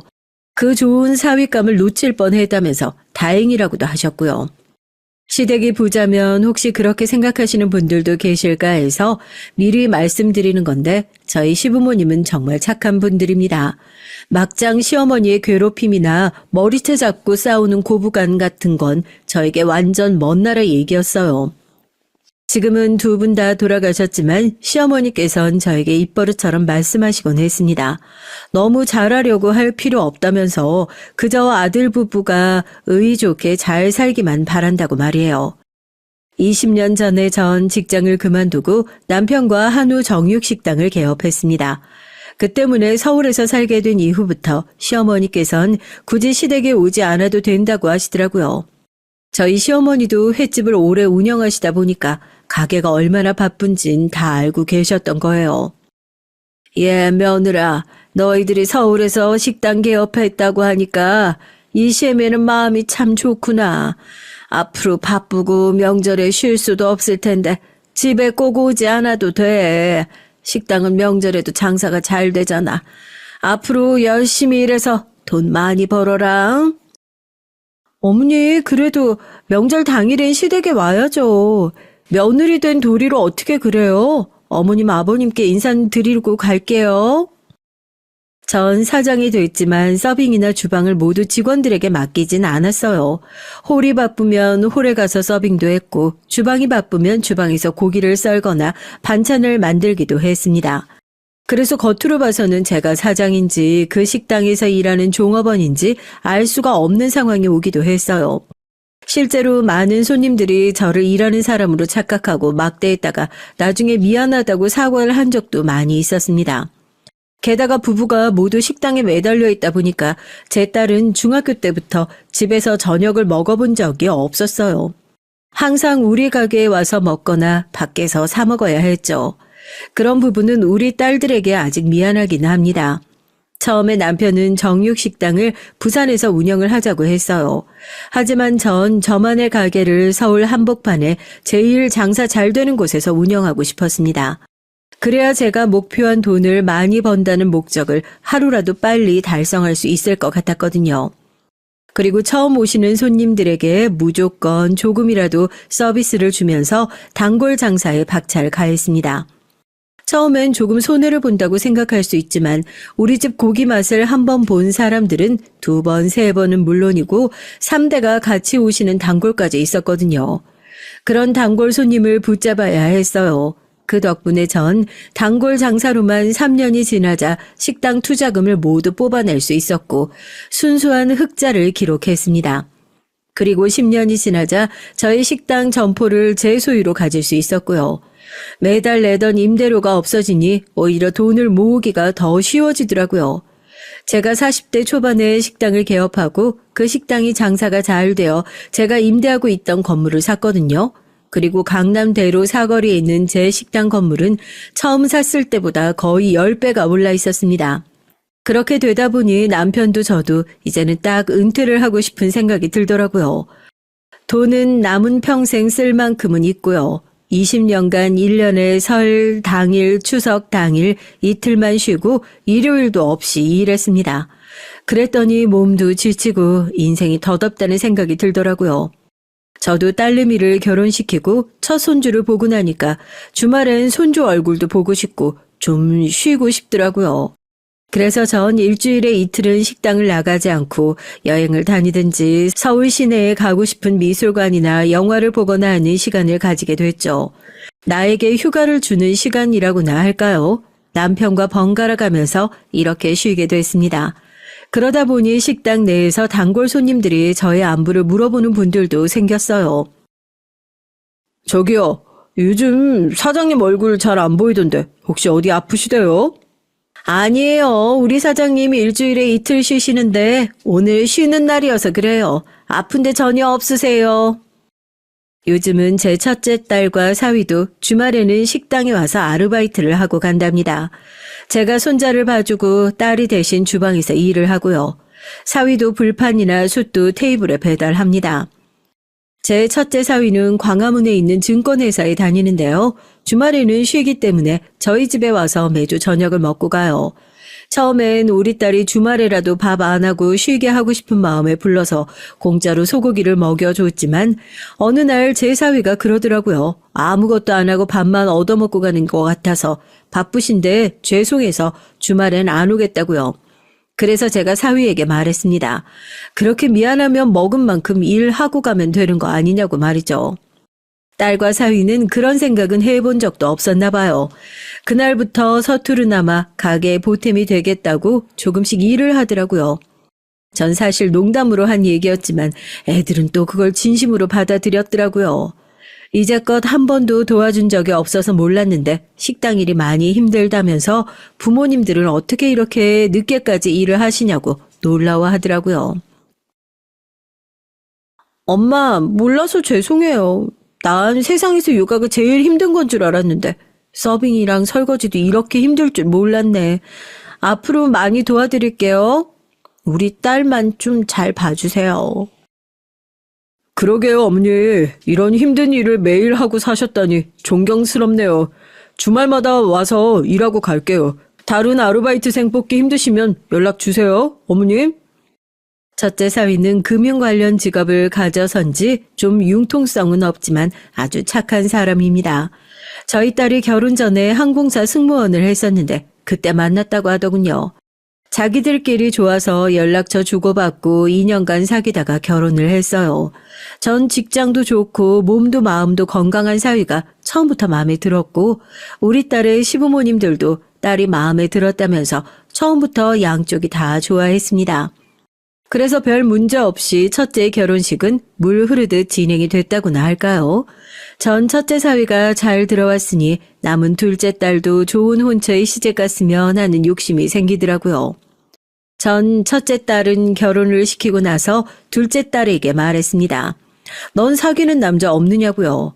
그러면서 언니같이 성공한 연애를 하라고 둘째 딸을 좀 압박했던 모양이에요. 나중엔 참다 못한 둘째 딸이 저에게 불평을 하기 시작하더군요. 엄마, 나 아직 결혼할 생각 없다니까. 내가 30이 됐어, 40이 됐어. 아직은 그럴 때도 아니고 언니 하나 시집 잘 갔으면 됐지. 무슨 욕심이 그렇게 많아요? 나 아직 결혼하고 싶은 마음 없으니까 그렇게 하세요. 아니 언니 형부랑 잘 사는 모습 보면 부럽지도 않어? 애가 왜 이렇게 욕심이라는 게 없어? 말이 나왔으니 말이지. 여자 한 생애 반은 부모는 잘 만나서 사는 거고 나머지 반은 남편 잘 만나서 사는 거야. 제가 원래는 그런 사상을 가진 사람이 아닌데 딸만 보면 그런 고리타분한 말을 하고 있더라고요. 여자 팔자는 뒤흉박 팔자니 머리 좋고 예쁜 거 다 필요 없고 남편 잘 만나면 된다고 제 어머니가 했던 얘기를 그대로 읊고 있더라고요. 참 저도 못난 엄마였죠. 그러니 그 얼굴만 잘생긴 사기꾼 놈에게 홀라당 넘어갔겠죠. 지금 생각해보면 그놈은 제 딸의 주변을 맴돌다가 계획적으로 접근했던 게 틀림없어요. 제 둘째 딸이 남자들을 많이 못 사귀어봤던 좀 쑥맥 같은 애였거든요. 그래서 무턱대고 자기를 좋아하고 떠받들어주는 남자를 아무 의심 없이 믿었던 것 같습니다. 아무튼 그 남자는 제 딸의 연인이 되기 위해서 입에 발린 거짓말을 하고 칭찬도 하고 그랬던 것 같아요. 처음에 제 딸은 자기를 예쁘다고 말하는 그 사람을 믿지 않았습니다. 믿기는커녕 정말 눈이 삔 거 아니냐고 막말을 하면서 그 사람을 떼어내려고 했었대요. 사실 엄마인 제가 봐도 제 둘째 딸은 엄청 예쁜 얼굴은 아니었거든요. 하지만 그놈은 제 딸을 이미 타겟으로 삼았으니 딸의 주변을 맴돌면서 어떻게든 엮어보려고 발버둥을 쳤더라고요. 제 딸이 좀 비싼 차를 타고 다니고 좋은 회사를 다니니까 그것 때문에 그놈이 달라붙지 않았나 하는 생각이 듭니다. 제 딸은 차에 대해선 말도 안 되는 허영심이 있어서 지금까지 외제차를 끌고 다니거든요. 절대로 남편이 사주지 않았지만 말이죠. 몇 년 전 딸이 직접 1억 5천만 원이나 주고 샀는데요. 그 망할 놈의 차 때문에 결혼 자금도 못 모으고 월급을 몽땅 차 할부금에 쏟아 부어버리는 소위 말하는 카푸어족이라고 합니다. 강남 한복판에서 그런 눈에 띄는 차를 몰고 다니니 그 예비 사위놈이 아니라도 제 둘째 딸은 꽤 많은 남자들의 눈에 띈 것 같아요. 제가 식당 앞에서 제 딸이 어떤 남자에게 붙잡혀 있는 모습을 본 적도 꽤나 있으니까요. 하지만 차만 보고 딸에게 찝쩍거리던 놈들은 정말 하나같이 마음에 들지 않았습니다. 그도 그럴 게 어디서 생양아치처럼 생긴 남자들이 주로 말을 걸어오거나 차를 보면서 휘파람을 불곤 했거든요. 제 딸은 그런 애들은 모른 척 했지만 한두 명씩 끈질기게 뒤따라다니던 놈들도 있었어요. 그저 커피나 한잔 하자고 하던 애들은 그래도 점잖은 축에 속했고요. 입에 담지 못할 욕설을 퍼붓거나 벌건 대낮에 호텔을 가자고 소리 지르던 미친 놈들도 있었습니다. 아닌 게 아니라 제 딸에게 그런 놈들이 하도 들이대니 남자는 지겹다고 생각이 든 것일지도 모르겠습니다. 어느 날 딸은 또 그런 양아치 같은 놈에게 걸려서 실랑이를 벌이고 있었어요. 전 식당이 바빠서 자세한 상황을 목격하지 못했지만 나중에 딸한테 들어보니 대충 이런 내용이었습니다. 왜 이래요? 자꾸 귀찮게 하면 경찰 부를 거예요? 얼른 비키지 못해요? 아니, 내가 그쪽을 뭐 어떻게 한다고 했어요? 그냥 전화번호나 달라니까. 아, 그렇게 연락 좀 하다가 좋으면 밥 한 번 먹고 그러는 거지 뭐. 아, 무슨 여자가 이렇게 빡빡하게 굴어? 이봐요. 아, 여자분이 싫다고 하는데 왜 자꾸 들이대는 거예요? 당신 자꾸 그러면 스토킹 혐의로 경찰에 신고할 거야. 아, 얼른 떨어지지 못해. 그 사람들 많은 사거리 한복판에서 두 남자가 여자를 두고 싸움판이 벌어졌으니 지나가던 사람들은 누구든 한 번씩 돌아보고 구경하고 했겠죠.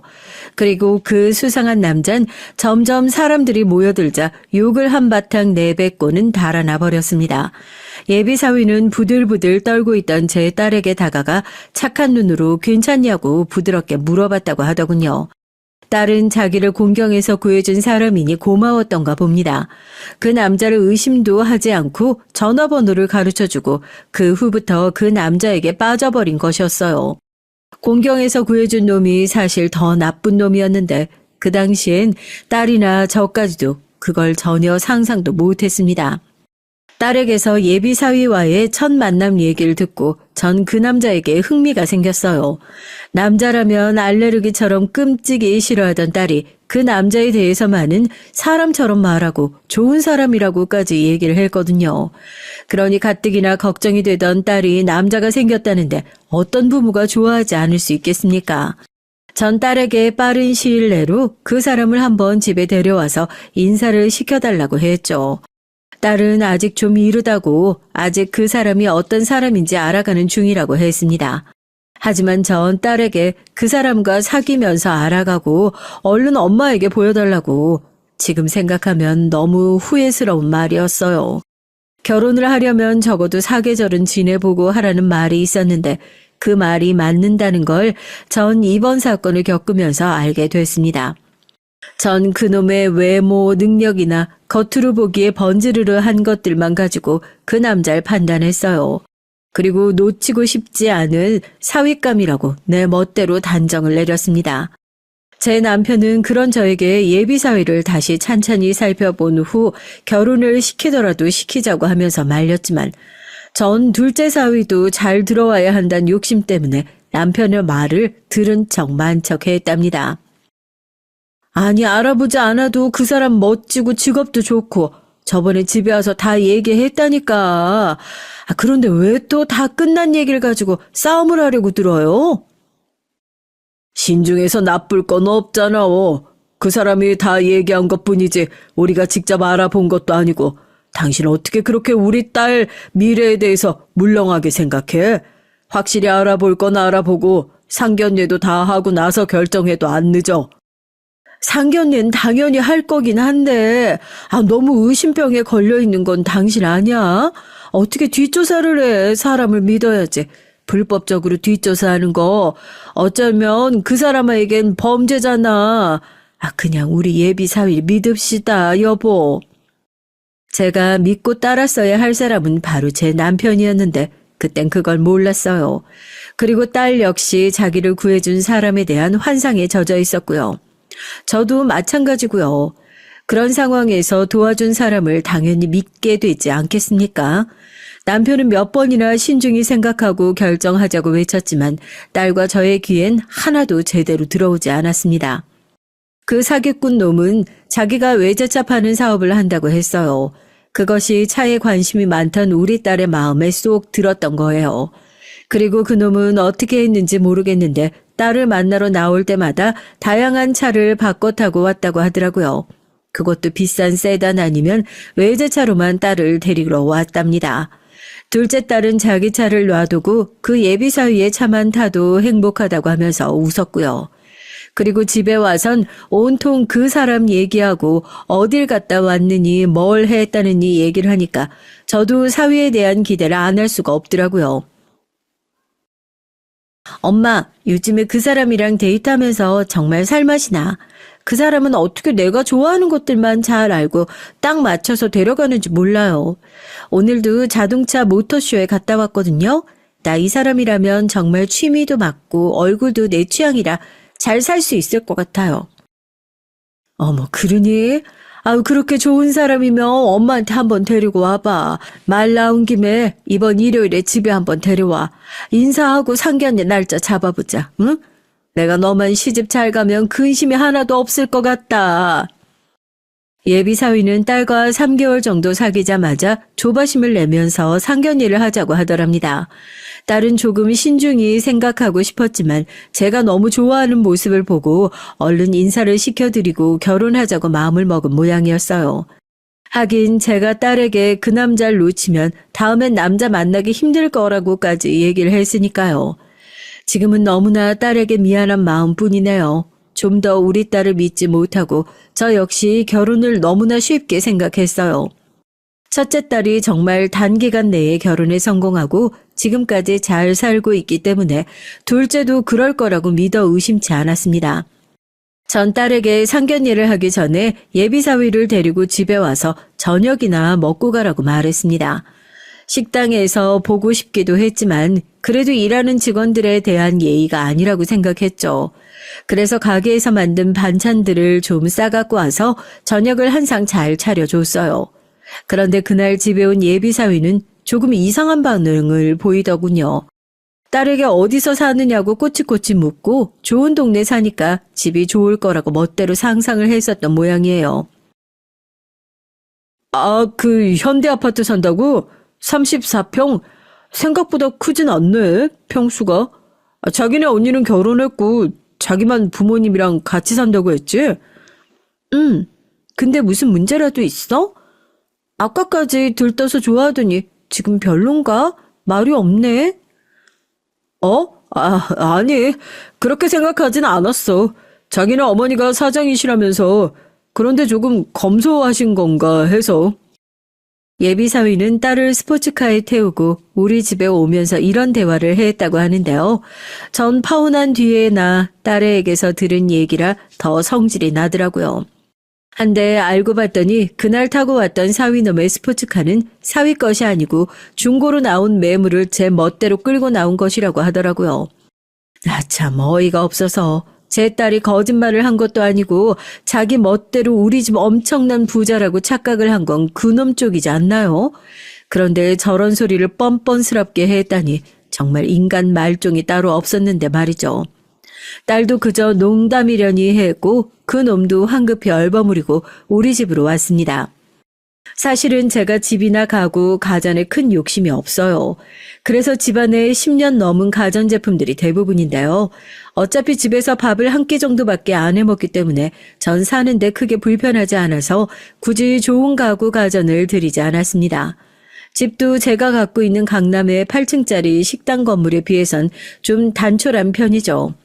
30평대의 낡은 아파트에 살고 있습니다. 하지만 제 예비사위는 그런 것에 전혀 신경 쓰지 않는 건실한 사람인 줄 알았어요. 그저 제가 보기엔 착하고 직업도 괜찮고 외모도 좋은 그런 남자였으니까요. 하지만 그는 처음 보는 우리 집안의 인테리어며 모든 것이 낡았다고 제 앞에서 좀 조심스럽게 얘기를 하는 척 하다가 가기 전에 본색을 확 드러내더군요. 딸과 스스럼 없이 즐겁게 얘기하면서 밥도 맛있게 먹길래 전 그날 저녁 식사가 끝까지 좋게 끝나는 줄 알았어요. 하지만 집에 가기 전에 그놈 본성을 내뱉고 나가더군요. 정말 조그맣게 입속으로 중얼거린 혼잣말인데 딸은 우연히 그 소리가 들렸다고 합니다. 에이, 잘못 찍었네. 진짜 재수가 없나. 공주님인 줄 알았더니만. 응? 자기 지금 무슨 얘기야? 그거 나한테 한 말이야? 아니, 그냥 딴 생각 좀 했었어. 어제 본 TV 프로 말이야. 딸이 아는 척을 하자 그놈은 급하게 손사리를 치며 후다닥 도망치듯 우리 집을 나갔습니다. 나중에 경찰서에서 들은 말인데 그때 그놈은 우리 집에 뭐 털어먹을 것이라도 있나 사전 조사를 나온 거였다고 실토를 했다고 하네요. 그 말을 듣는데 너무 소름이 발밑에서부터 쫙 끼치는 거예요. 얼마나 무섭던지 말이에요. 그 후부터 그 예비 사위란 놈은 제 딸에게 열광하던 걸 조금 식었다고 해야 할까요? 하여튼 가끔씩 바쁘다고 제 딸을 바람맞히기도 했다고 하네요. 그렇게 나온 걸 딸은 그놈이 밀당이라도 하는 줄 알고 전부터 애를 태워가면서 그렇게 문자를 보내고 연락을 했다고 해요. 지금 보면 우리 딸이지만 참 쑥맥이고 미련한 데가 있는 여자였던 거죠. 그래서 그 남자친구에게 20만 원, 50만 원씩 찔끔찔끔 돈도 빌려주고 참 모자란 짓을 많이 했습니다. 그놈의 생일에 좋은 옷을 사주고 자기도 차 할부금에 털어넣느라 용돈도 없으면서도 남자친구가 새 차를 사면 할부금도 몇 달을 대신 내주고 했다고 하네요. 전 그런 얘기도 파혼하고 나서 들었던 거라 너무 어이가 없고 화가 났죠. 그렇게 떼인 돈이 한 500만 원 정도 됩니다. 지금도 그놈에게 빌려준 돈이니 갚으라고 민사상으로 내용 증명도 보냈는데 그놈이 돈이 없다고 배째라고 나가는 판이라 받을 수가 있을지 모르겠네요. 그놈이 우리 집에 와서 인사를 드리고 저녁도 먹고 간 후에 한 달이 지나자 딸은 상견례를 하기로 했다면서 삼성동에 있는 호텔에서 오후 2시에 만나기로 했다고 하더군요. 남편과 전 그때 첫째 딸 내외에게 식당 좀 봐달라고 말하곤 가장 좋은 옷을 꺼내 입고 갔습니다. 하지만 저도 남편도 장사하는 사람이라서 좋은 옷이라고 해봤자 남편은 한 벌뿐인 양복이었고 전 첫째 딸 결혼식 때 입었던 혼주 한복이 다였어요. 그래서 조금 불편하긴 했지만 전 그 자리에 혼주 한복을 입고 나갔죠. 그랬더니 그쪽 시어머니 될 분이 저한테 입을 삐죽거리면서 뭐라고 하더라고요. 어머, 뭐니, 주리야? 너희 엄마 웬 한복을 입고 나오신 거야? 평소에 입을 옷이 없나 봐. 아들, 너 주리네 집에 엄청 돈 많다면서 이게 뭐니? 부잣집에서 옷이 없다는 게 말이 돼? 너 뭐 잘못한 거 아니니? 네? 아니, 안 싸돈. 지금 무슨 말씀하시는 거예요? 아니, 제 말이 틀린 건 아니잖아요. 평소에 뭐 입고 나오실 옷이 없어서 그런 촌스러운 한복을 입고 나오냐고요. 누가 상견례 자리에 한복을 입어요? 당신은 무슨 무리한 말이야 그게? 아이고, 사부인 죄송합니다. 우리 마누라가 말을 좀 거칠게 했나 봐요. 제가 대신 사과드릴게요. 너그럽게 봐주세요, 사돈. 아닌 게 아니라 그 예비 시어머니는 명품 옷으로 온몸을 두르고 액세서리도 무겁게 세트로 하고 나왔더군요. 참 아들이 누굴 닮아서 그렇게 허영심이 심한지 알 것 같더라고요. 그 예비사인 저에게 고개를 숙이긴 했지만 하나도 미안한 기색은 없었습니다. 전 그저 상견례 자리를 넘기기만 하면 되겠다고 생각하고 그때부터 말을 아꼈어요. 저도 사위 집안이 부자인 줄 알았고 인간인지라 딸이 너무 가난한 시댁에 시집가서 고생하는 꼴은 보고 싶지가 않았거든요. 그래서 충분히 물어볼 수 있는 질문이다 하고 생각하기로 했습니다. 비록 기분이 좋진 않았지만 말이에요. 한데 그 시어머니 될 여잔 어찌나 수다스럽던지 전 1시간 가까이 일방적으로 듣기만 해서 귀에서 피가 날 정도였습니다. 그것도 다 자기 집안 자랑, 아들 자랑뿐이니 제가 얼마나 기가 막혔는지 여러분들도 아실 것이라 짐작이 되네요. 전 그날 먹은 음식들이 뭐였는지 하나도 생각이 안 날 정도로 앞에서 침 튀겨가면서 떠들어대는 딸의 예비 시어머니를 견뎌야 했습니다. 저도 말을 안 하는 편은 아니지만 그 여자 앞에선 그냥 입 다물고 조용히 있는 게 낫겠다 싶을 정도였어요. 옆에서 자기 남편이 그렇게 단속을 하는데도 곱비 풀린 망아지 마냥 떠들어대는 시어머니를 딸도 역시 조금 버거워하는 눈치였습니다. 제 딸은 진짜 완벽 내향형 인간이라 그런 사람들 옆에 있으면 가만히 있어도 기가 빨리는 성격이거든요. 그래도 딸이 시어머니와 같이 살 건 아니니까 전 그 일방적인 수다 폭탄을 전부 들어주고 맞장구 쳐줬죠. 그렇게 상견례가 끝나고 나니 정말 귀가 멍멍하더라고요. 확 늙어버린 기분도 들고 말이죠. 제 딸도 시어머니가 이렇게 말이 많으신 분인 줄은 몰랐다고 하더라고요.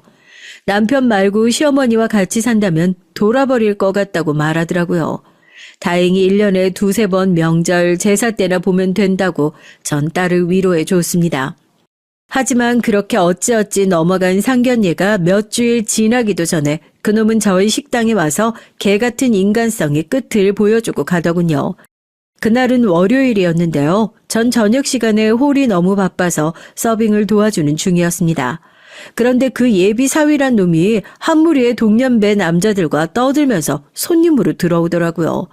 전 사위에게 아는 척을 할까 하다가 학교 친구들이나 회사 회식이면 어찌나 생각해서 일부러 모른 척을 했어요. 처음엔 홀 서빙하는 다른 직원을 보내서 별실로 안내했죠. 나중에 계산을 하려고 할 때 내가 식당 사장님을 말하고 사위를 깜짝 놀라게 해줄 생각이었거든요. 물론 돈이 얼마가 나오든지 공짜로 해줄 생각도 있었습니다. 앞으로 사위가 될 건데 한 끼 밥값쯤은 공짜로 해줘도 괜찮겠다고 생각했거든요. 친구들 앞에서 사위의 체면을 세워줄 적절한 기회이기도 하고요. 그래서 일부러 쌈 야채도 많이 주고 반찬도 많이 퍼 담아줬습니다. 그렇게 그 별실의 식사가 거의 끝나갈 무렵 전 식후 수정과를 들고 사위의 테이블을 찾아갔죠. 아이고, 이제 보니까 손님들 우리 주리 남자친구의 친구들인가 본데 오늘 제가 싹싹하게 미소를 지으면서 수정과를 하나씩 서빙하려고 하는데 갑자기 그 예비사위라는 놈이 의자에서 벌떡 일어나서 멍청한 표정으로 소리를 버럭 질렀습니다. 어머님? 주리가 어머니 분명 사장님이랬는데 혹시 여기서 서빙으로 일하고 계시는 거였어요? 아이씨, 진짜. 그냥 진짜 뭣도 없는 가난한 년이었어. 난 또 정말 부잣집 딸인 줄 알았는데. 아줌마, 나 아줌마 딸 주리랑 결혼 안 해. 내가 주리한테 얼마나 공을 들였는데. 아줌마가 여기서 서빙 직원으로 일하고 있는 거 알았으면 애초에 당신 딸 같은 여자 만나지도 않았어. 고깃값 공짜라고 장모님이 쏜다고 말하려고 했던 전 놀라서 눈을 휘둥그렇게 뜨고 경악해서 어깨를 부들부들 떨었습니다. 그놈이 하는 소리가 너무 어이가 없고 열이 받는 거예요. 그래서 그놈의 헛소리를 바로 받아치지 못했던 것이었죠. 감히 우리 둘째 딸을 뭘로 보고 그딴 헛소리를 짓거려 댔는지. 하긴 그 덕분에 제가 그 싹수 노란 놈을 우리 딸과 결혼시키는 실수를 하기 전에 떼어내버릴 수 있었으니 어쩌면 다행이라고 할 수도 있겠네요. 그런데 제가 오래 돌아오지 않자 걱정이 되어 별실에 들어왔던 우리 직원이 그놈이 제게 소리치는 것을 다 듣고 하도 기가 막혀서 저 대신 대답을 해줬습니다. 아니 이봐요. 당신 누군데 우리 사장님한테 함부로 말을 하는 겁니까? 우리 사장님 여기 이 식당 오너예요. 그리고 이 건물 건물주라고요. 건물주. 아이고 뭘 알고는 하는 얘기 맞아요? 아유 됐어. 됐네 김군. 내가 해결할게. 이봐 너 말이면 다 아는 줄 알아?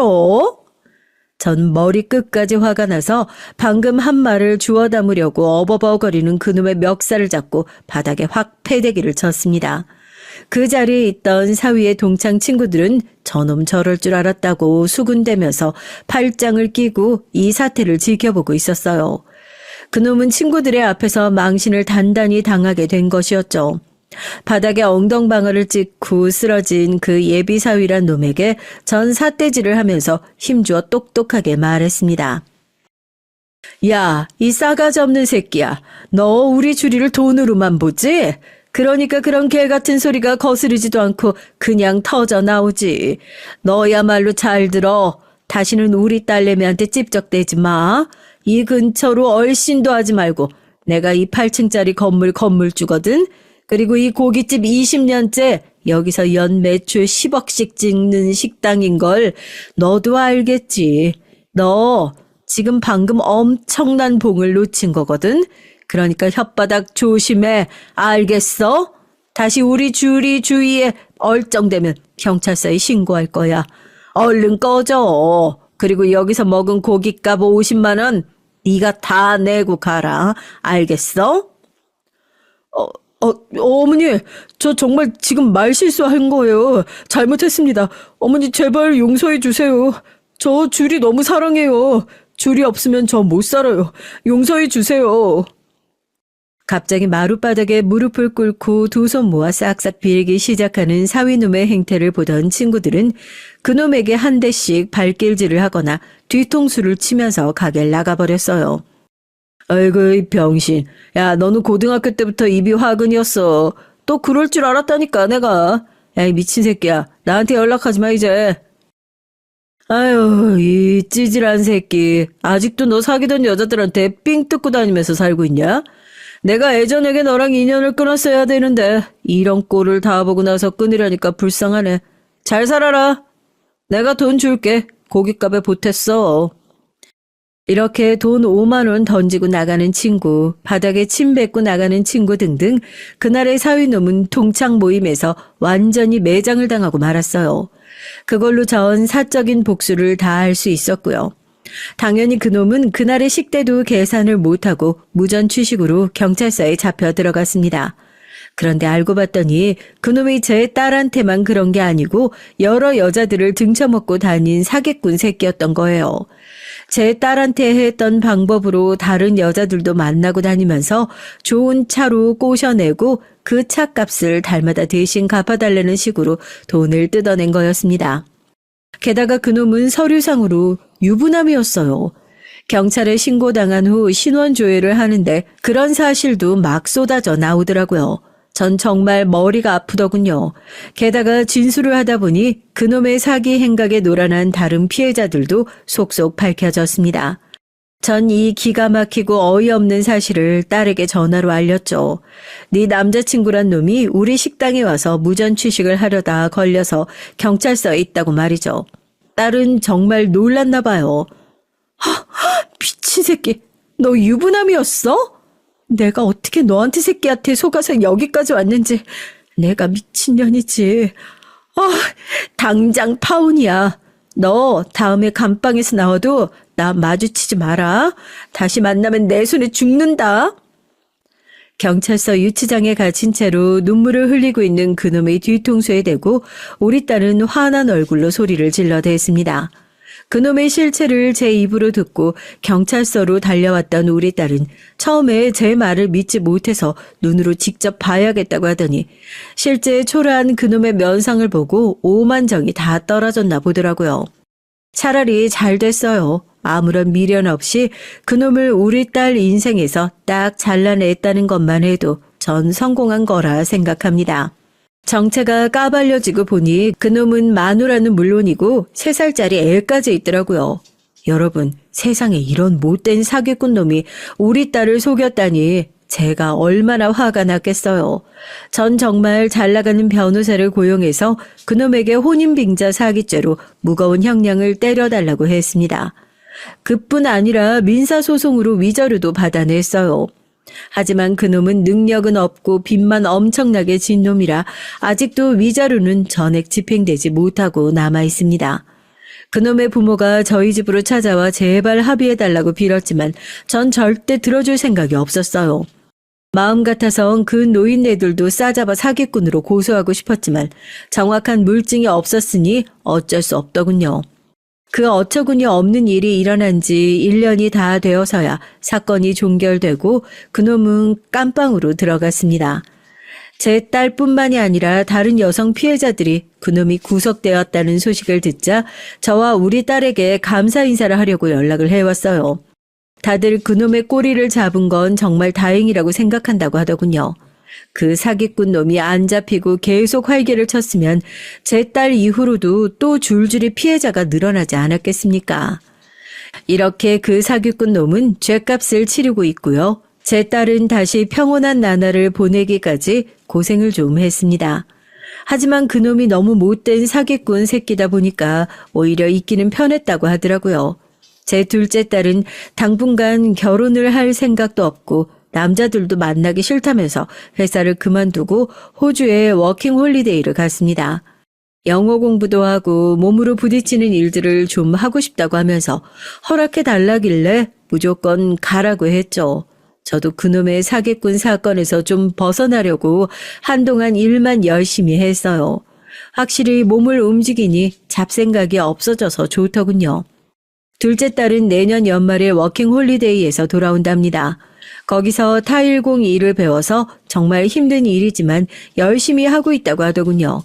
그놈 덕분이라고 하긴 뭐하지만 우리 딸이 기술을 배웠다니 정말 든든하고 기특했어요. 그깟 결혼이 뭐라고 우리 딸에게 압박을 주고 좋은 남자 만나라고 딸에게 잔소리를 시전했는지 모르겠네요. 결혼이랑 출산이 뭐 인생의 필수 요건도 아니고요. 저는 교회를 다니고 있는데요. 우리 교회 목사님과 장로님은 무조건 남녀는 결혼을 해야 된다는 말씀을 하시지만 말이죠. 요즘 세상엔 그렇지 않은 인생도 충분히 자아 실현하는데 지장이 없다는 생각이 듭니다. 우리 60, 70대들이 살던 시대랑은 많이 다른 세상이잖아요. 남자든 여자든 혼자 살아도 불편할 거 없고 오히려 어디든지 편하게 갈 수 있고요. 요즘 유행하는 해외 한 달 살기 같은 것도 우리 딸은 생각하고 있더라고요. 전 우리 딸의 그런 자유로움이 부럽습니다. 저도 어느 정도 나이가 들어서 여행이 힘들기 전에 남편과 훌쩍 떠나고 싶어요. 둘이서 해외 한 달 살기나 국내 여러 지역에서 한 달, 두 달씩 사는 그런 생활도 해보고 싶네요. 70 넘으면 다리 힘이 없어서 그러기도 쉽지 않을 테니까요. 남편도 제가 그런 생각을 하는 걸 알고 있고 우리 아버지, 어머니나 노안으로 돌아가시게 되면 그렇게 하자고 얘기하더군요. 우리 첫째 딸은 제가 없어도 잘 살 것 같고 둘째 딸은 결혼할 생각이 당분간 없다고 하니 얼마나 좋으냐고 하면서 웃더라고요. 저도 그렇게 생각합니다. 애들은 다 키워놨고 남은 건 남편과 의의 좋게 남은 시간을 싸우지 않고 살아가는 것에 의의를 두려고 합니다. 여러분, 오늘 제 사연은 여기까지예요. 어떻게 재미있게 들으셨는지 궁금하네요. 제 인생에 일어난 무섭고 황당하고 어이없는 그 사위놈의 사기 행각이 지금은 우리 부부 사이를 더 돈독하게 해줬고 제 고루한 사상도 좀 다른 시각으로 바라보게 됐습니다. 그런 점에서 보면 그 사건이 전화위복이라 할 수 있다고 생각해요. 다시는 겪고 싶지 않은 일이긴 하지만 말이죠. 한 번이라도 더 겪었다간 큰일 나겠죠. 여러분들도 제 딸처럼 누가 잘해준다고 무턱대고 의지하거나 빠지지 마시고 정신 바짝 차리시길 바랍니다. 그놈이 감방에 들어가서 더 이상 피해자가 안 나오는 것이 다행이지만 세상엔 정말 다양한 사기꾼도 범죄자들도 많으니까 항상 조심하시길 바라겠습니다. 감기 조심하시고요. 긴 얘기 들어주셔서 감사합니다.